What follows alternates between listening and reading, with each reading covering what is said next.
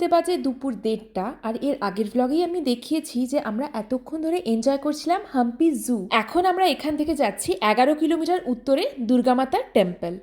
তো আমরা এখন চলে এসেছি দুর্গা টেম্পল এবং এখান থেকে বালি এবং সুগ্রীবের গুহা, যেখানে বালি এবং সুগ্রীব যুদ্ধ করেছিল। আর এটা হচ্ছে নর্থ হাম্পিতে। হ্যাঁ, এই প্রথম স্পট আমাদের নর্থ হাম্পিতে। এখানে 4টে মনুমেন্ট আছে টোটাল, তো এটা ফার্স্ট ওয়ান। যেতে যেতে দেখাবো এবং আস্তে আস্তে তার হিস্ট্রি নিজেরাও জানবো এবং শেয়ার করবো। এটা মোটামুটি 1 ঘন্টা মতন লাগবে কমপ্লিট করতে এরা বললো। তো দেখা যাক। এখন 1:45 বাজে। হ্যাঁ, তো 2:45-এ বেরিয়ে আগে লাঞ্চ করবো, তারপর আরো 2-3টে স্পট আছে, তো সেগুলো 1 বাই 1 গিয়ে এক্সপ্লোর করবো আর এক্সপ্লেনও করবো।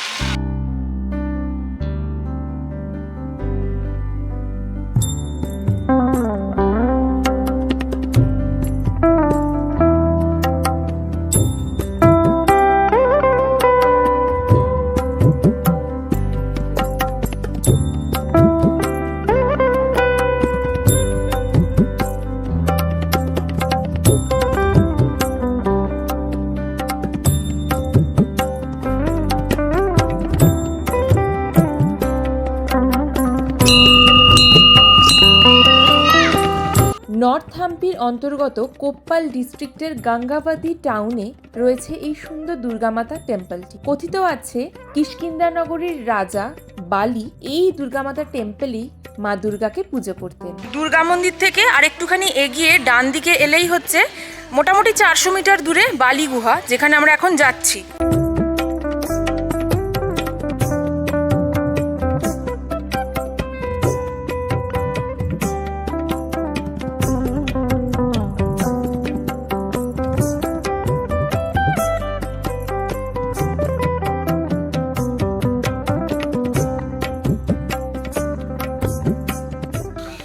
डाला है तो डालेंगे ऐसे लेफ्ट साइड में जाके ऐसे आएंगे। ऊपर है वो हनुमान टेम्पल है, शिवा टेम्पल है। देखो ओके, इधर में पहले बाली गुफा बाली गुफा देके ऐसे बाहर आएंगे। इसके अंदर जाते वो गणेश टेम्पल है, शिवा टेम्पल है। बाली गुफा के अंदर। हाँ ঠিক আছে। আমরা যেখানে দাঁড়িয়ে আছি এটা কিষ্কিন্ধা নগরী। এই কিষ্কিন্ধা নগরীর রাজা ছিলেন বালি এবং তার ছোট ভাই ছিলেন সুগ্রীব। এই কিষ্কিন্ধা নগরীকে অ্যাটাক করে দুন্দুমার রাক্ষস বলে কোনো রাক্ষস, সেই রাক্ষস এই গুহার ভেতরে লুকিয়েছিলেন এবং তৎকালীন কিষ্কিন্ধার রাজা বালি এই গুহায় আসেন দুন্দুমার রাক্ষসের সাথে যুদ্ধ করতে। তখন সুগ্রীবকে তিনি বাইরে দাঁড় করিয়ে রাখেন। তীব্র রক্তপাত হয় সেই যুদ্ধে। সেই রক্তপাত দেখে সুগ্রীব মনে করেন যে তার বড় ভাই বালি এই যুদ্ধে মারা গেছেন এবং তিনি এই গুহার দরজা বড় পাথর দিয়ে ঢেকে কিষ্কিন্ধা নগরীতে ফেরত যান। যদিও বালি এই যুদ্ধে জয়লাভ করেছিলেন এবং পরবর্তীকালে গিয়ে কিষ্কিন্ধা নগরীর রাজপাট নিজের কাঁধে নিয়ে নিয়েছিলেন।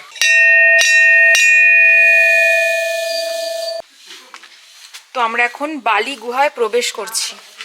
টর্চ জ্বালা, দেখা যাচ্ছে না।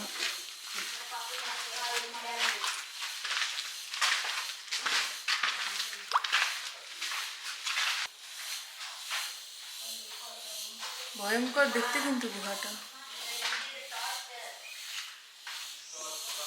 চল।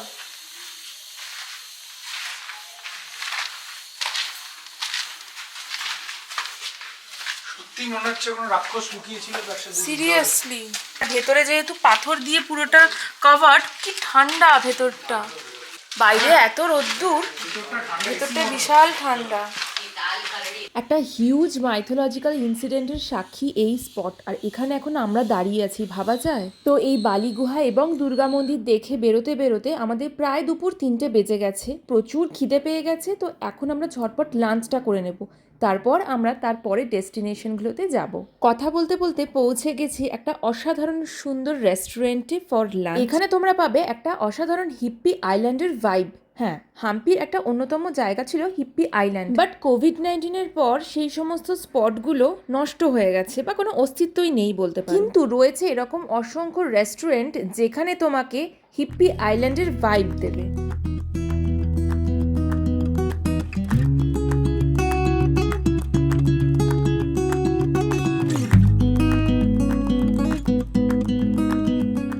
লাঞ্চ করে আমরা চলে এসেছি নর্থ হাম্পির অন্যতম প্রধান একটি আকর্ষণ, সেটা হচ্ছে পম্পা সরোবর। দেবী দুর্গার যে আরেক নাম পম্পা, সেটা তো আমি আগেরই কোনো একটা ব্লগে বলেছিলাম। আর এই সরোবরের সিগনিফিকেন্স হচ্ছে রামচন্দ্র যখন বনবাসে গিয়েছিলেন তার আগে এই সরোবরের জলেই স্নান করে তবেই তিনি বনবাসে গিয়েছিলেন।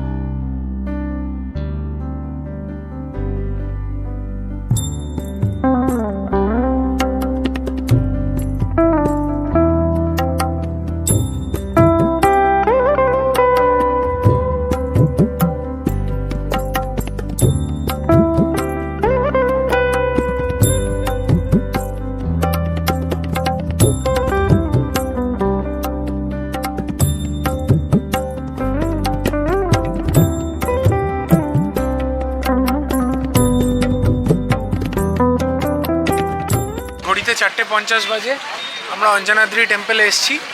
এখানে অঞ্জনাদ্রি হিলস, এখানেই শ্রী হনুমানের জন্মস্থান। আর এর ভেতরেই সুগ্রীব গুফাও আছে। ওগুলো কি সেগুলো আলাদা করে ওপরে গিয়ে বলা হবে। আর এর ওপর থেকেই আজকে সানসেট দেখব।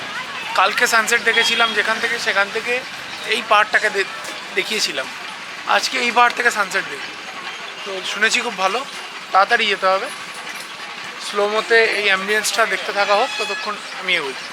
টাটা।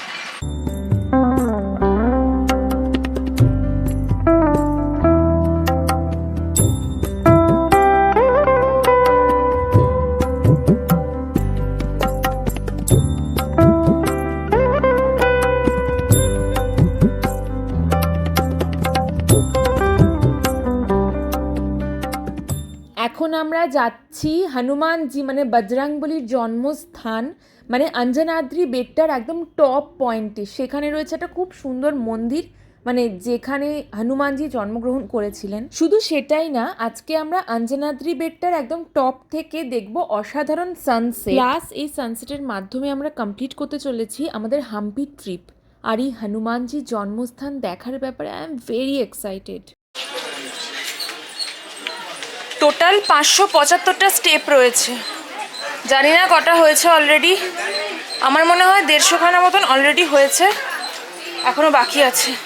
খানদুশো সিঁড়ি উঠে এরকম অসাধারণ একটা ভিউ দেখতে পাচ্ছি। ওয়াও!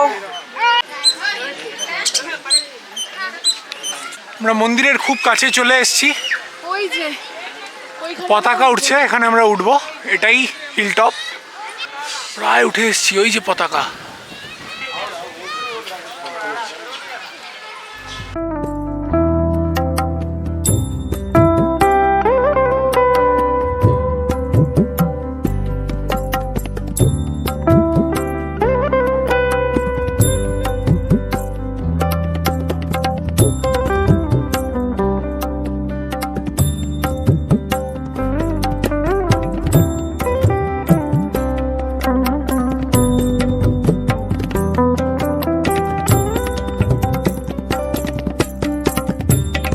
আমরা পৌঁছে গেছি একদম হিল টপে। এটাই হচ্ছে বজরংবলির মানে হনুমানজির জন্মস্থান। এই মন্দিরের ভেতর ক্যামেরা একদমই অ্যালাউড নয়, সেই জন্য বাইরের ছবি আমি তুলতে পেরেছি।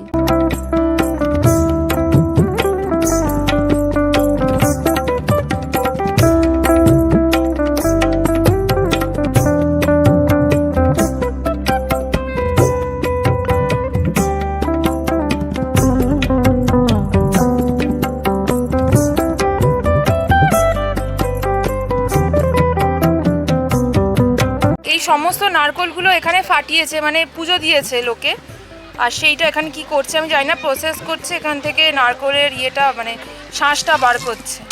শ্বাসটা বার করে এদেরকে খেতে দিচ্ছে বাদর। মেবি হ্যাঁ হ্যাঁ হ্যাঁ, এখানে বাঁদরদের খেতে দিচ্ছে।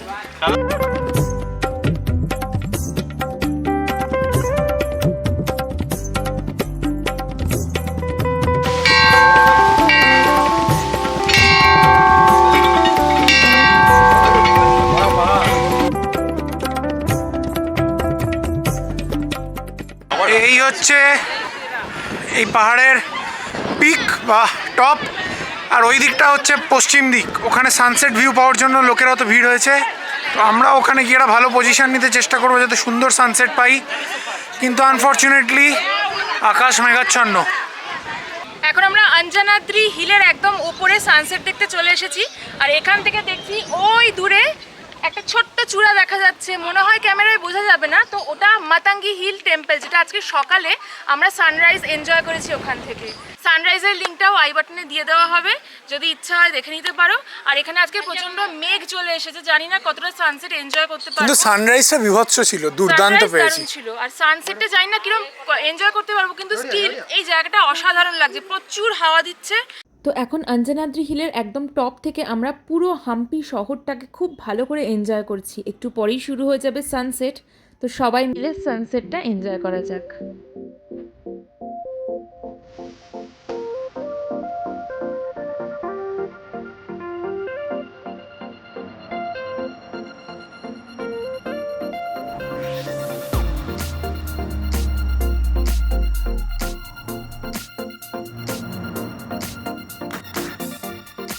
অঞ্জনাদ্রি পাহাড়ের টপ থেকে আমাদের হাম্পি ট্যুর এখানেই শেষ করি। মোটামুটি দুদিনে আমরা হাম্পি পুরো ঘুরে ফেলেছি। কালকে সাউথ, কালকে সাউথ ছিল, আজকে নর্থের কিছু পার্ট হয়ে আমরা একটা দুটো দেখে আমরা অঞ্জনাদ্রি হিলে সানসেটের মাধ্যমে হাম্পি ট্যুরটা কমপ্লিট করলাম। কেমন এক্সপেরিয়েন্স হলো? Overall satisfied. কি Modak? Overall itinerary is okay না? এতটা ভালো এনজয় করবো একটা হিস্টোরিক্যাল ট্রিপ যেখানে না সমুদ্র আছে। হ্যাঁ, এটা একটা হিস্ট্রিক্যাল ট্রিপ যেখানে আর কিছু নেই। এটা সামুদ্রিক জায়গাও নয়, আর টিপিক্যাল পাহাড় এলাকাও নয়, হালকা পাহাড় আছে দূরে, মানে পাহাড় দিয়ে বেষ্টিত পুরোটা, কিন্তু সেই অর্থে পাহাড়ি অঞ্চল তো বলা যায় না, এটা মানে একদমই হিস্টোরিক্যাল প্লেস একটা। তো সেই তুলনায় হিস্টোরিক্যাল অ্যান্ড মাইথোলজিক্যাল। হ্যাঁ, আজকে আমরা হিস্ট্রিটা হিস্ট্রি প্লাস মাইথোলজি মিলেমিশে একাকার হয়ে গেছে হাম্পিতে। প্লাস আমরা এখানে এসেও অনেক সুন্দর সুন্দর তথ্য পেয়েছি, যেগুলো আমাদের আরো ভালো লেগেছে জায়গাটা ঘুরতে। ওভারঅল অনেক তথ্যর সন্ধান পেয়েছি, যেগুলো হয়তো স্টাডি করে আরো এনরিচ করবো নিজেকে। তো ওভারঅল দারুণ স্যাটিসফাইড আমরা হাম্পি 2 ডেজ হাম্পি ট্রিপ। তো এখানে আমরা হাম্পি ট্রিপটা এন্ড করছি ব্লগটা। আর কিছু বলার নেই, ঠিক আর আছে? কিছু বলার টাটা। নেই, নেক্সট এপিসোড আরো কিছু আসতে চলেছে। বাই। ফুল সানসেট হয়ে যাওয়ার পর অঞ্জনাদ্রি হিলের টপ থেকে চারদিকটা জাস্ট এই রকম অসাধারণ সুন্দর লাগছিল।